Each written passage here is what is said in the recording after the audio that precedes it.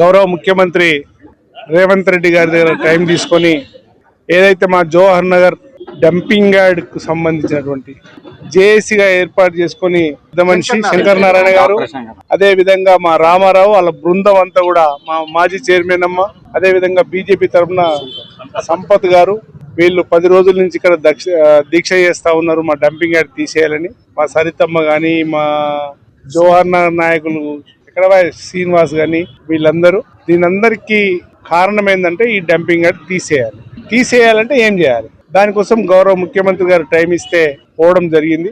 ముఖ్యమంత్రి గారు ఈటల రాజేందర్ గారిని, ఎమ్మెల్యే గారిని, మల్లారెడ్డి గారిని అందరినీ కూర్చుండబెట్టుకొని ఈ సమస్య క్లియర్గా విన్న తర్వాత ఈ సమస్యను పరిష్కరించాలంటే అన్ని పక్షాలు సహకరించాలి.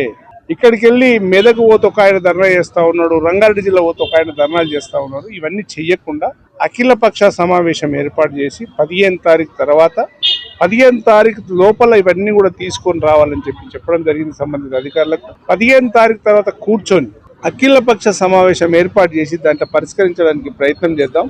అందరూ కూడా సహకరించండి. ఈ సమస్య నేనున్నప్పుడే పెద్ద మనిషితోనప్పుడు ఎన్జిటిలో కేసు వేయించినాం. ఆ కేసు నాకు ఐడియా ఉంది కనుక అది తీయాల్సిన బాధ్యత కూడా ఉంది. అది ఆల్రెడీ నడుస్తా ఉంది. ఎక్కడ పోతే వాళ్ళు అడ్డుకుంటా ఉన్నారు. అడ్డుకోకుండా చేయడానికి ఇప్పుడు మనం ఏమన్నా పంచాయతీ పెట్టుకున్నాం కాదు, అందరం కలిసి పరిష్కరించుకోవాల్సిన విషయం ఉంది కనుక అని చెప్పడం జరిగింది. ఖచ్చితంగా 15 తారీఖు తర్వాత అఖిలపక్ష సమావేశం ఏర్పాటు చేసి దాంట్లో డిసిషన్ తీసుకొని జవహర్ నగర్ సమస్యను పరిష్కరిస్తానని చెప్పడం జరిగింది. ఈ విధంగా ఇన్ఛార్జి మంత్రి గారికి ధన్యవాదాలు తెలియజేస్తా ఉన్నాం. అయ్యా, మీరు మా సమస్యను పరిష్కరించమని కోరుతా ఉన్నాం.